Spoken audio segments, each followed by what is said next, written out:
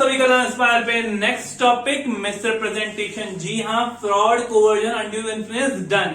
तीनों की videos I button में जाकर देख सकते हो। अगर हम बात करें आज के टॉपिक की, मिस्टर प्रेजेंटेशन, जो कि हमारे कॉन्ट्रैक्ट में सेक्शन नंबर 18 में दिया हुआ है। जी हाँ, बेसिकली कॉन्ट्रैक्ट में फ्रॉड और मिस्टर प्रेजेंटेशन को हम साथ में पढ़ते हैं। जी हाँ, तो इसीलिए हम इस वीडियो के एंड में एक प्यारा सा डिस्टिंक्शन ड्रॉ करेंगे फ्रॉड में और मिसरिप्रेजेंटेशन में, जिसके बाद हमारे अंदर ये जो भी डाउट्स हैं इन दोनों में क्या अंतर है वो क्लियर हो जाएंगे। Okay, now let's start the video. Section number 18 की बात करते हैं। उसमें मिसरिप्रेजेंटेशन को डिफाइन किया गया है, बताया गया है कि मिसरिप्रेजेंटेशन मीन्स एंड इंक्लूड्स क्या। तो पॉइंट नंबर 1 है कि any positive assertion in a manner not warranted by the information of the person making it, ठीक है, of that which is not true though he believes it true।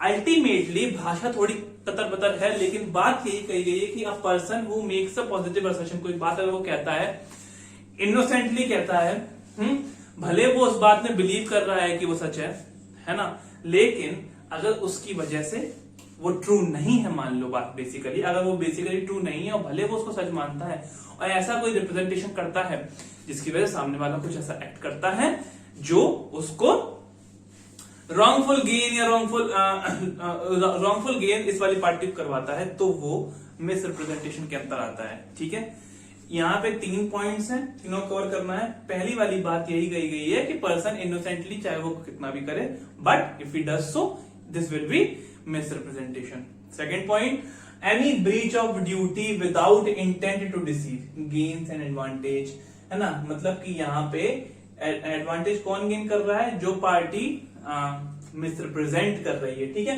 by misleading the other party to his prejudice। वही बात करी गई है कि अगर कोई इंसान अपनी ड्यूटी पूरी नहीं करता है, मान लीजिए कुछ ऐसे प्रोविजंस हैं जहां पे इंसान की ड्यूटी होती है सामने वाले को कुछ पर्टिकुलर स्पेसिफिक इंफॉर्मेशन के बारे में डिटेल देना, लेकिन easementary act also there are some provisions जिसमें ग्रांटर ऑफ लाइसेंस सामने वाले को कुछ चीजें बताना जरूरी होता है। इन सब के बारे में हम आगे में पढ़ेंगे, बट फॉर एग्जाम्पल समझने की कोशिश करो। ठीक है, then in that case if someone has not told that particular stuff, और जिसकी वजह से सामने वाला मतलब अब उसकी ब्रीच ऑफ ड्यूटी की वजह से सामने वाले को लॉस होता है या इसको रॉन्गफुल गेन होता है, although he has not intended to receive that gain, although he has not desired to receive that gain, then also it will be amount to misrepresentation. Cool है। बात कर रहे हैं causing however innocently a party to an agreement makes a mistake. ठीक है, अगर मान लीजिए मैंने वो तुम्हें घोड़े वाला एग्जांपल बताया था कि I am not bound to tell you that the horse which I am selling is of sound mind, mere silence is no fraud concept में, याद है। सो इन दैट केस अगर हम एक चीज एक्सटेंड करते हैं, यानी कि अगर मैं कह दूं, मान लो मुझे पता है कि वो घोड़ा पागल है, and then also I am representing, मुझे नहीं पता है कि वो घोड़ा पागल है, I don't know about the situation, और मैं अज्यूम कर रहा हूं मेरे हिसाब से वो सही है, और तब मैं उसको सेल कर रहा हूं इनोसेंटली ये बिलीव करके वो सही है, और तब तुम बाद में डिस्कवर करते हो कि वो घोड़ा पागल था। तो here I have done misrepresentation to you because of which you entered into an agreement. Although I have done it innocently, then also I have done misrepresentation. Clear है हमारा केस।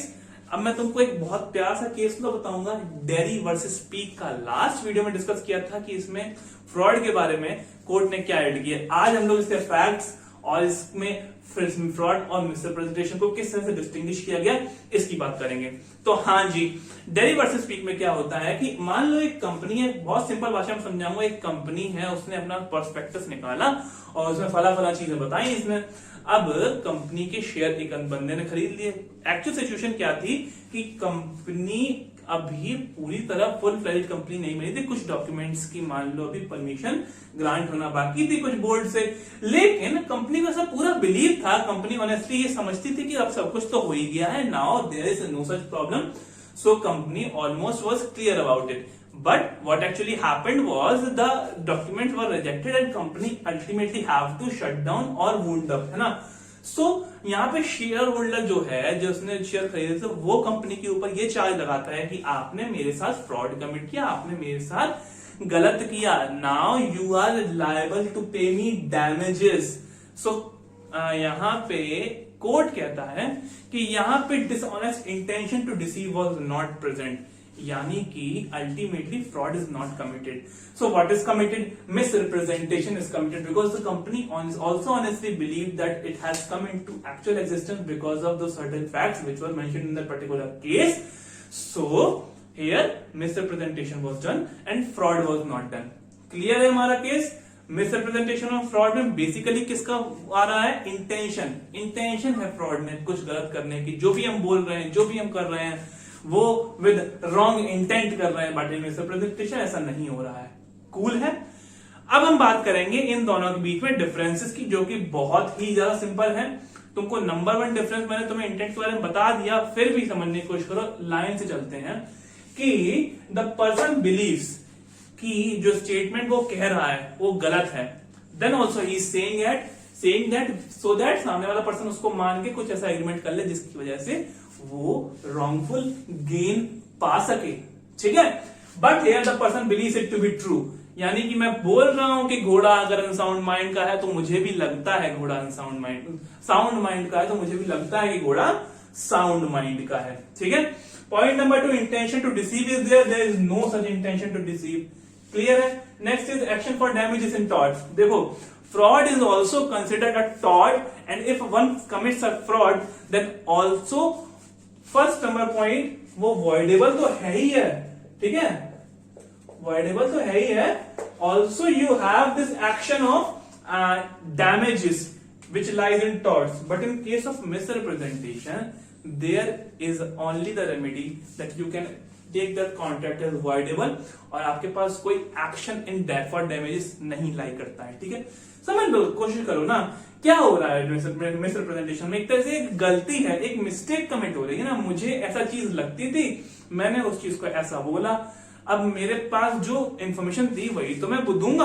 अब वो गलत थी, उसकी वजह से तुम्हारी जो नुकसान हुआ उसकी भरपाई हो सकती है by making the contract voidable and restoring the situation to the back original position, but actually there is no action for damages. ठीक है, कॉन्सेप्ट क्लियर हो रहा है? ओके।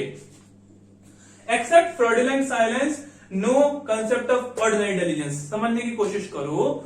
एक मैंने तो बताया था mere silence is no fraud के कॉन्सेप्ट में कि ऑर्डिनरी डिलीजेंस के थ्रू अगर पता कर सकता है व्यक्ति कि ऐसी ऐसी बात है, तो वही केवे टेम्पटर वाली बात है ना। वीडियो नहीं देखे, देख के आओ। केवे टेम्पटर वाली बात में तो बताया था, सामने वाला पर्सन अगर पता कर सकता है मेयर ऑर्डिनरी डिलीजेंस से, तो इंसान का बोलना जरूरी नहीं है।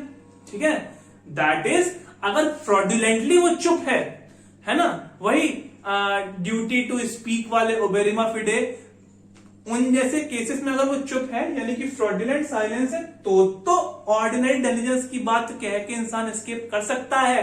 बट नॉर्मली फ्रॉड कमिट हुआ है तो वो ये चीज नहीं कह सकता। बट इन मिसरिप्रेजेंटेशन ऐसा कहा जा सकता है कि ऑल्दो माना मैंने कोई इंफॉर्मेशन गलत दी जिसकी मुझे भी गलत नॉलेज थी, पर अगर तुम उसे साधारण यानी कि एक प्रूडेंट मैन की तरह ऑर्डिनरी डिलीजेंस के थ्रू पता कर सकते थे, सो अगर तुम ऐसा कर सकते थे तो तुमने नहीं किया, then I am not liable for misrepresentation. This can be plead here. समझ रहे हो? ऑर्डिनरी डिलीजेंस की बात यहां पे लाई जा सकती है। लास्ट पॉइंट, कोई डिफरेंस क्या है? ये सेक्शन 17 में दिया हुआ है, ये सेक्शन 18 में दिया हुआ है। क्लियर है? क्लियर है? डेरी वर्सेस पीक का केस लॉ क्लियर है? ठीक है, अब इनमें दोनों में डिफरेंसेस हम लोग को पता चल चुके हैं। फ्री कंसेंट के हम लोग 4 टॉपिक्स कवर कर चुके हैं। सारे वीडियोस देख लो, टॉपिक बहुत आसान है। अगर वीडियो पसंद आई हो दोस्त, कर दो, सब्सक्राइब कर दो, शेयर कर दो और हाँ, मजे कर दो।